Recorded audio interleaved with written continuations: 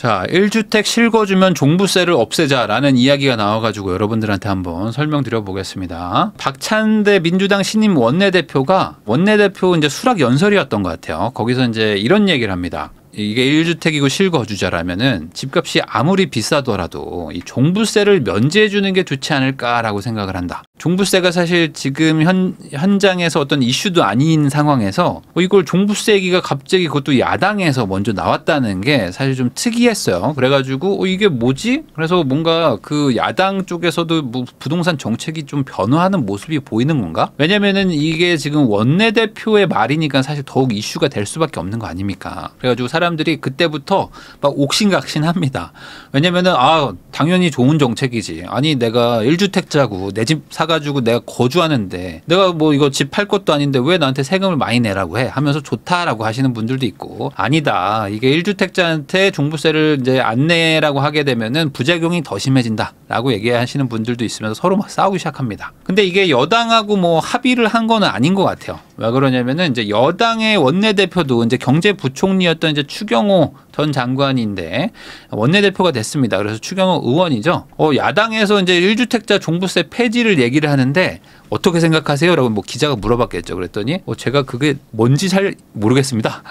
약간 이렇게 얘기를 했습니다. 그러니까 무슨 의도인지 잘 이해가 안 된다라고 이제 말을 합니다. 그러니까 말 그대로 그냥 여당에서는 잘 모르는, 그냥 야당에서 뭔가 그 자체적으로 나온 얘기 같아요. 그러다 보니까 이제 야당에서 부동산 정책 선회하나? 막 이런 기사들도 막 나오니까 야당에서 이런 얘기를 합니다. 아니다. 그거 확대 해석하면 안 된다. 이거는 그냥 개인의 어떤 의견일 뿐이고 이렇게 하는 것도 한번 고려를 해보자라는 얘기였던 거지. 그래가지고 이거를 뭐 안건으로 이렇게 제시를 하시면은 당 내에서 한번 얘기해보겠다 정도로 이제 개인적인 의견일 뿐입니다라고 이제 수습을 한 상태긴 합니다. 자, 그런데 이 야당 내에서도 사실 이 종부세라는 거에 대해서는 과거에도 좀 논의가 있긴 있었습니다. 이게 여러분들 잘 모르실 거예요.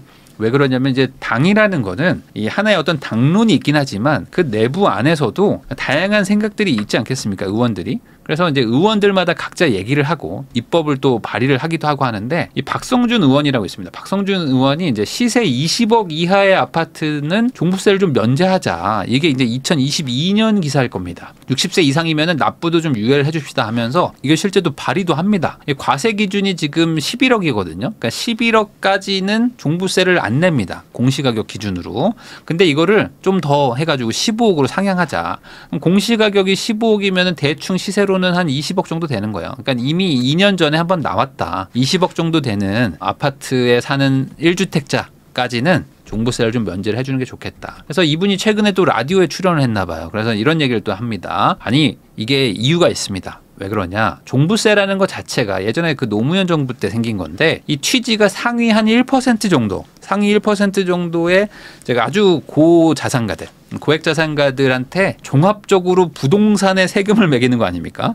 그러니까 너 부동산 많이 가지고 있지? 그러니까 너가 세금 조금 내. 그거 가지고 우리가 좀 좋은 데 쓸게 하면서 부과하는 세금이었던 거예요. 근데 이게 지금 집값이 계속 올라가는데 종부세율 같은 게 바뀌지 않다 보니까 상위 1%가 아니라 이제 서울에 집을 가지고 있는 사람들의 거의 한 30~40%가 종부세 대상자가 됩니다. 그러니까 이거 너무 많이 내는 거 아니냐. 처음 만들 때 취지에 맞게 개정을 하자는 게 이유였다. 라는 거였죠. 그러다 보니까 이제 다시 이 얘기가 이제 수면 위로 올라오면서 이런 생각을 가지신 분들이 다시 또 많이 늘어나고 있어요. 아니, 맞는 얘기 아니냐. 내가 5억짜리 집에 사는 것도 그렇지만 뭐 10억, 15억, 뭐 20억짜리 앞으로 내가 돈을 벌어서 점점 더 좋은 집에 가고 싶은데 한 채 사서 내가 거기서 거주까지 하고 있는데 내가 뭔 투기고 내가 뭔 투자를 한 거냐. 나 그런 거 한 적 없다. 그런데 왜 나한테 세금을 걷는 거냐. 내가 나중에 팔 때 세금을 내거나 하는 건 할 수 있는데 가지고 거주하고 있는데 여기서 계속 보유세를 내라고 하면은 내가 소득이 끊긴 노인이면 어떻게 내라는 거냐. 여기까지 들으시면은 1주택자가 고가 주택을 가지고 있더라도 종부세를 면제해주면 좋은 거 아닌가라고 생각하실 수도 있는데 제 생각은 그렇습니다. 제 생각은 1주택자만 거기다 실거주자만 종부세 폐지를 하는 순간 저는 더 큰 부작용이 나온다고 생각을 합니다. 이게 기본적으로 부동산이라는 것 자체는 보편적인 과세를 하거나 이래야지 특정 집단, 뭐 특정 조건, 뭐 나이로 제한 뭐 어느 지역으로 제한 이런 식으로 하면은 예측하지 못한 부작용들이 막 생겨요. 여러분들 지금 다 까먹으셨겠지만 풍선 효과라고 들어보셨을 겁니다. 풍선 효과가 한 2, 3년 전에 엄청 이슈였어요. 어디 하나 규제하면 옆에가 풍선 눌린 것처럼 가격이 튀어. 그럼 거기 누르면 또 튀어. 처음에 서울 강남을 규제했던 게 어디까지 갑니까? 인천부터 해서 뭐 세종시 공주 뭐 할 거 없이 뭐 전국을 다 그냥 규제 지역으로 막 만드는 그런 상황까지 갔었거든요. 그러니까 이게 어디 하나만 특정으로 핀셋으로 규제한다는 것 자체가 부동산에는 잘 맞지 않는다. 자, 이게 그 왜 이런 얘기를 하냐면 여러분들도 지금 이제 지난 정권 때 한번 부동산이 폭등을 했었습니다. 근데 그때 이 정책적으로 많은 것들을 했어요. 그때 정책이 뭐 26번인가 나온다, 뭐 30번 가까이 나왔다 이런 얘기 한 적이 있잖아요. 그때 그 정책들이 다 의도는 다르고 어떤 뭐 내용은 달랐지만 이걸 모아서 결론을 내보면 이겁니다. 그냥 똘똘한 한 채를 사라. 한 채를 사서 실거주하는 건 봐주겠다. 나머지는 다 나빠라고 하니까 어떻게 되냐. 사람들이 뭔지는 몰라요. 막 정책은 여러 가지야. 근데 이걸 다 모아보면은 아 그냥 좋은 거 하나 사면 가장 세금에 유리하구나. 이게 지난 정권 부동산 정책의 핵심이었습니다. 그래서 이 똘똘한 한 채라는 걸 지금 다들 알잖아요. 이게 2017년 전에는 없었어 이런 게. 똘똘한 한 채라는 말이 없었다고. 자, 근데 이게 지금 계속 강화가 되고 있는 와중에 우리가 어떻게 생각합니까? 똘똘한 한 채가 뭐지? 잘 모르시는 분들도 찬찬히 한 5분 정도 생각하면 당연히 답이 나와요. 왜 그러냐? 아니 똘똘하다는 건 뭐예요? 기본적으로 일자리가 많아가지고 그 일자리에 가까워야 되겠죠? 출퇴근이 편하고 이왕 똘똘한 건 뭐예요? 우리 아들 참 똘똘해 이러면은 아우 부러워하잖아. 그거랑 똑같습니다. 똘똘한 한 채는 남들이 부러워할 만한 뭐가 있어야 돼. 그래서 뭐 앞에 뭐 호수가 있든지 뭐 초등학교가 있든지 아니면 대단지여가지고 뭐 살기가 좋든지 평지든지 뭐 역세권이든지 뭐 더블 역세권이든지 남들이 부러워할 것들이 많고 인프라도 막 갖춰져 있는 곳이에요. 그러다 보니까 기본적으로 소도시 대도시 그럼 당연히 대도시인 거고 뭐 서울이야 아니면 지방이야 그럼 뭐 서울인 거고 아니면 경기도에서도 막 핵심 지역들 아 저 여기 살아요 했을 때 어유 좋은 데 사시네 하는 곳 거기다가 이제 소형 나홀로 아파트 뭐 이런 게 아니라 대단지 아파트고 뭐 이왕이면 신축이면 더 좋겠죠.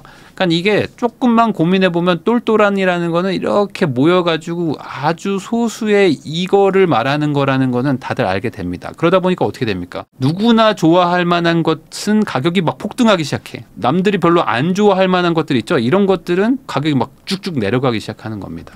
근데 그 소수의 물건은 뭐예요? 사실 이게 부동산이라는 거는 돈을 벌기 이전에 그냥 집인 거잖아요. 그러면 이 집이라는 거는 사회 초년생도 그렇고 아니면 한 30대 40대들도 마찬가지입니다. 똑같이 돈을 버는 이유가 뭡니까? 우리 가족들 뭐 좋은 거 먹이고 뭐 좋은 데 놀러도 가고 하고 싶지만 좋은 집 사가지고 나도 조금 좀 멋진 집에서 멋진 동네에서 살고 싶다라는 마음으로 사시는 분들이 사실 되게 많아요. 근데 이런 분들이 어떻게 생각해요? 그 뾰족한 그 똘똘한 한 채들 과거에 그 똘똘한 채를 보면서 아 우리도 열심히 돈 모아가지고 나중에는 꼭 저기 가서 삽시다 라고 하면서 맥주에 뭐 이렇게 오징어 먹고 그러면서 TV 보고 하면서 그렇게 말하는 그런 집들이란 말이지. 그러니까 똘똘한 한 채가 뭡니까 라고 하면은 아 언젠간 나도 돈 모아서 저기 가서 살 거야 라는 말을 들을 수 있는 주택을 말하는 거죠. 근데 이런 것들이 어떻게 됩니까? 이게 내 목표였는데, 내 목표고 내 희망이고 어찌 보면 내 미래의 어떤 그 결과물이었는데 이게 가격이 급등하기 시작하는 거예요. 근데 급여가 상승하는 속도보다 이 10억짜리, 15억짜리 집들이 상승하는 속도가 훨씬 빠르죠. 그러니까 이걸 도저히 따라잡을 수가 없습니다. 근데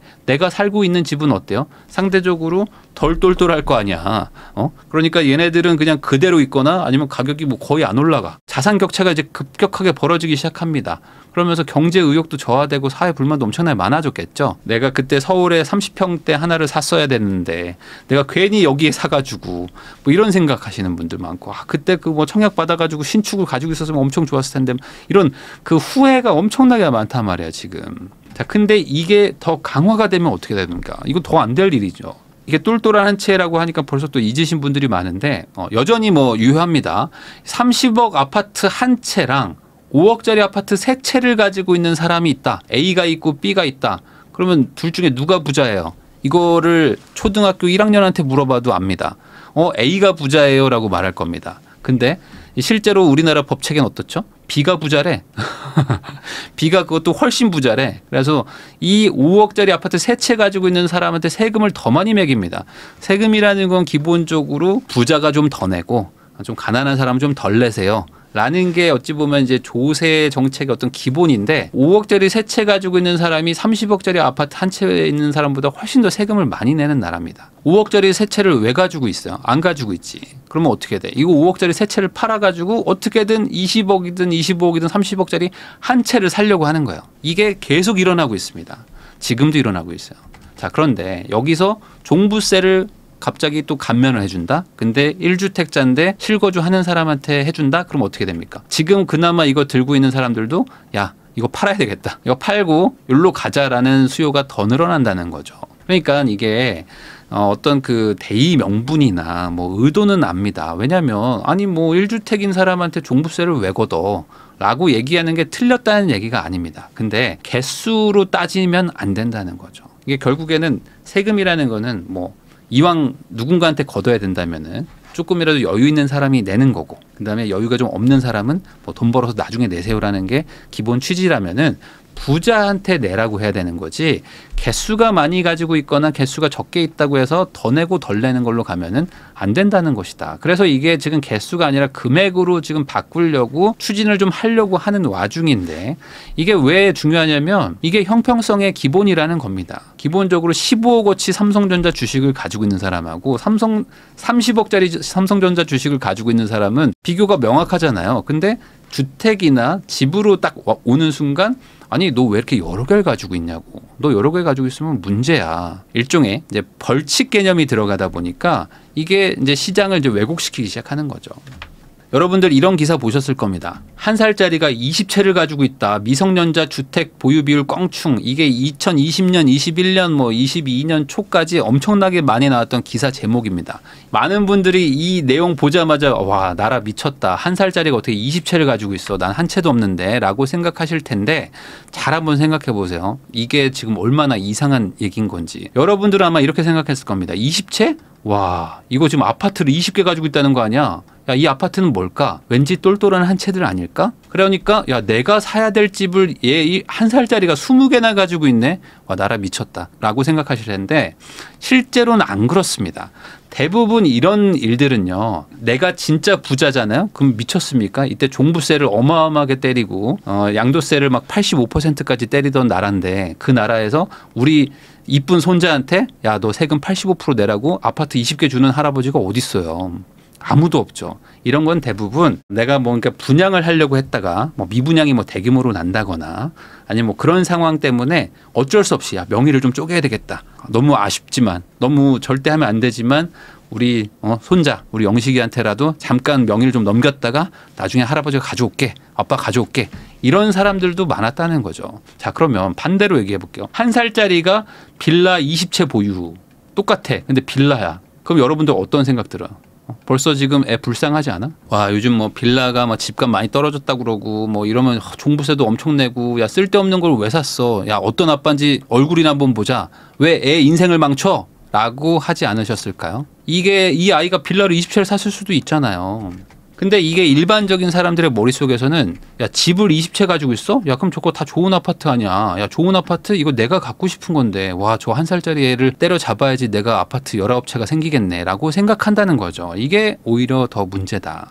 전국 주택 중에 아파트 비율이 한 60% 정도밖에 안 됩니다. 그러면 나머지 40%는 빌라나 오피스텔이겠죠. 그럼 이 빌라나 오피스텔 누가 가지고 있습니까? 이런 거는 누군가 가지고 있어요. 우리나라 인구가 5천만 명이면은 그중에 40%는 다 빌라나 오피스텔을 살고 있거든요. 이게 모두 다 아파트라면은 20채 가지고 있는 것도 뭐 다 아파트겠거니 하겠지만 아니라는 겁니다. 10개 중에 4개는 아파트가 아닌 나라입니다. 예를 들어 정부가 이런 정책을 핍니다. 누구누구 씨, 자, 집을 드리겠습니다 하면은 무주택자 입장에서 기분 너무 좋잖아요. 아니, 정부가 집을 준다고? 야, 너무 좋다. 근데 빌라를 드리겠습니다 하면 어때요? 빌라를 나한테 준다고 하면 벌써 지금 기분 나빠지는 분들이 있고요. 화곡동에 전세 사기 당했던 물건인데 이게 한 1억 8천짜리인데 1억 2천에 드리겠습니다 하면 어때요? 야, 너무 좋습니다 라고 하시는 분들 저 별로 없을 거라 생각합니다. 대부분 그걸 왜 사요 제가? 안 가질래요. 저 무주택 하면서 청약 노리고 있습니다 라고 말할 사람들이 훨씬 많습니다. 그러다 보니까 이 20억까지는 1주택 뭐 실거주를 종부세 면제해 준다던가,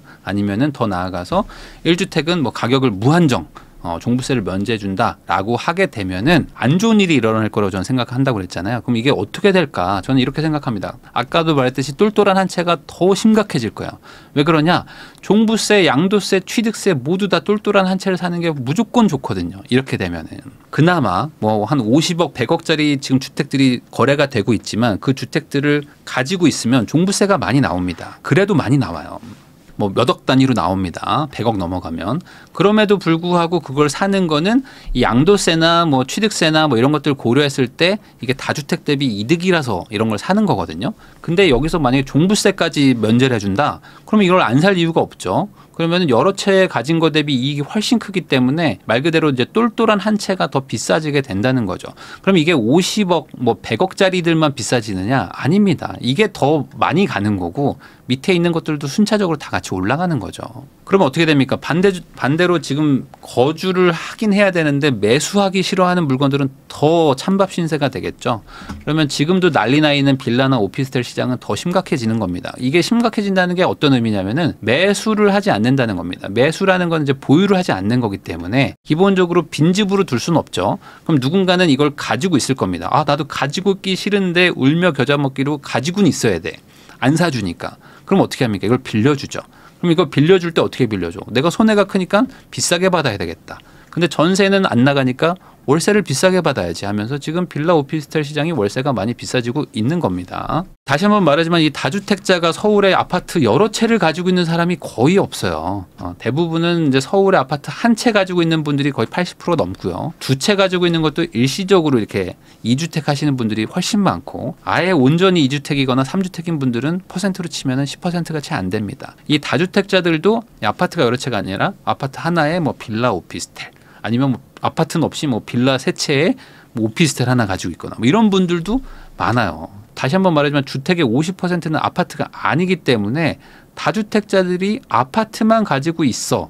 내가 살 집을 얘네가 먼저 가져가서 뺏어서 나한테 전세나 월세를 받고 있는 거야 라는 생각을 버리시는 게 좋습니다. 이 생각이 점점 더 심화돼 가지고 정책도 이런 방향으로 계속 가면은 빌라 오피스텔을 누가 빌려주겠습니까? 이건 당연히 살 사람도 없기 때문에 분양도 안 되고요. 그러면 공급이 안 되기 때문에 당연히 전 월세 시장이 급등하게 되는 겁니다. 그러니까 저가 주택 시장의 부작용이 더 심해진다. 여러분들 다 잊으셨겠지만 이 종부세 폭탄에 임대사업자 사라지자 전세 사기단이 판쳤다 뭐 이런 기사도 있습니다. 뭐냐면 이게 그 지난 정권 때 종부세를 엄청나게 높이면서 특히 다주택자들한테 높이기 시작하니까 빌라나 이런 것들을 살 수가 없었어요. 그래가지고 빌라를 공급하기가 쉽지 않은데 그러다 보니까 이제 전세도 뛰고 막 월세도 뛰고 막 다 같이 막 폭등하는 시절이었잖아요. 그러니까 이제 전세를 작정하고 사기치려고 했던 사람들이 어떤 방법을 생각해내느냐. 지금 무주택자들은 막 전세나 월세가 막 엄청나게 올라가고 있기 때문에 이 사람들이 집을 살려고 하는 건 있는데 아파트나 이런 건 너무 비싸고 잠깐 그럼 이거 신축을 지으면 어때? 신축 빌라를 하나 짓자. 신축 빌라를 지으면 근데 문제가 있죠. 이걸 분양을 해야 되는데 어떻게 분양해?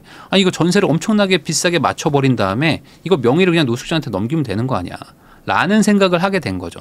전세가 너무 비싸가지고 분양 가격을 넘어버리니까 분양을 해가지고 그러니까 짓기만 하면은 전세로 원금은 다 뺏을 수 있어. 다 빼낼 수가 있으니까 명의가 문제인 건데 이 사람들이 빌라를 사지는 않아도 전세는 다 들어오니까 그럼 이걸 어떻게 하지? 이거 명의 그냥 노숙자한테 다 넘겨가지고 이 사람 뭐 500채 가지게 하자. 그리고 이 사람은 그냥 파산 신청하면 끝납니다. 그래서 이게 부동산이라는 건 이게 아주 단순하지가 않아가지고 여러 변수가 얽혀있기 때문에 하나를 규제하면은 다른 곳에서 사고가 터지는 게 이제 보통이다. 그러다 보니까 단순히 의도가 좋아가지고 했던 행동이 지나가지고 나비 효과를 일으키는 일들이 많다. 기본적으로 저는 부동산에서는 그나마 좀 부작용이 덜한 거 이렇다고 해서 부작용이 안 나오는 건 아니지만 그래도 부작용이 덜한 거는 어떤 뭐 개수라든지 나이라든지 어디 지역만이라든지 이런 거라기보다는 그냥 총 금액으로 다 가지고 있는 게 얼마야? 저 50억입니다. 그래 그럼 너는 50억어치 세금 내고 넌 얼마야? 저는 집 한 채인데 30억입니다. 그럼 넌 30억어치 내. 라고 하는 게 그나마 조금 저는 부작용이 덜하다고 보고요. 아주 일부를 뭔가 규제를 한다기보다는 보편적으로 규제를 해가지고 뭐 한 채를 가지고 있으면 취득세를 깎아주는데 두 채는 많이 내게 하고 뭐 이런 식으로 하면은 또 이게 지금은 좋아 보여도 다른 데서 막 사고가 터져요. 그런 것들까지 고려하면 그냥 보편적 기준을 좀 정하고 그다음에 이제 임대를 계속 돌리려고 하면은 기본적으로 임대는 비싸게 받을 수 수가 없습니다. 내가 내 집을 사겠다는 마음 이런 것이 있어야지 사실 사람들이 좀 돈을 쓰지 어차피 내 집도 아닌데 남의 집인데 뭐 정부가 주는 집인데 왜 이렇게 비싸? 라는 생각을 하는 게 또 국민의 정서기 때문에 임대 위주로 공급하기보다는 아예 그냥 분양 위주로 공급을 해가지고 최대한 집을 많이 짓게 하고 당장 살 수 없는 사람들은 들어가서 전월세라도 살 수 있게 좀 전월세 시장을 좀 안정시키고 그러려면 다주택자들이 또 시장에 들어와야 됩니다. 다주택자들이 또 시장에 들어올 수 있게 규제도 좀 어느 정도 좀 풀어야 이 신규 공급이 되면서 전월세 시장도 또 안정되기도 하는 거예요. 그래야지 부작용이 그나마 좀 덜하다고 생각을 합니다. 그래서 제가 말하고 싶은 거는 전체적으로 조세를 한번 싹 바꿔야 될 필요성이 있다. 왜? 그동안 땜질을 너무 많이 해가지고 원본이 없어졌어 지금. 하도 지금 덧칠을 많이 해가지고 원본이 아예 없어진 상태라고 전 봅니다. 그래서 지금 세무사들도 세금 상담을 못 하잖아요. 그만큼 지금 심각한 상황이다. 그래서 아예 그냥 싹 다 지우고 다시 백지 상태에서 우리나라 부동산 세금은 이렇게 하는 게 좋겠다라고 다시 한번 좀 고민해가지고 단순화해서 뭐 60대 할머니, 뭐 80대 할아버지들도 부동산 세금에 대해서 낼 수 있게 지금은 세무사한테 상담을 가도 세무사가 거절합니다. 저도 모르겠어요 라고 하는 나라가 과연 제대로 된 조세 정책을 펼치고 있는 건지에 대한 의문도 있기 때문에 더 이상의 땜질 처방은 좀 그만 봤으면 좋겠다는 말을 하고 싶었습니다.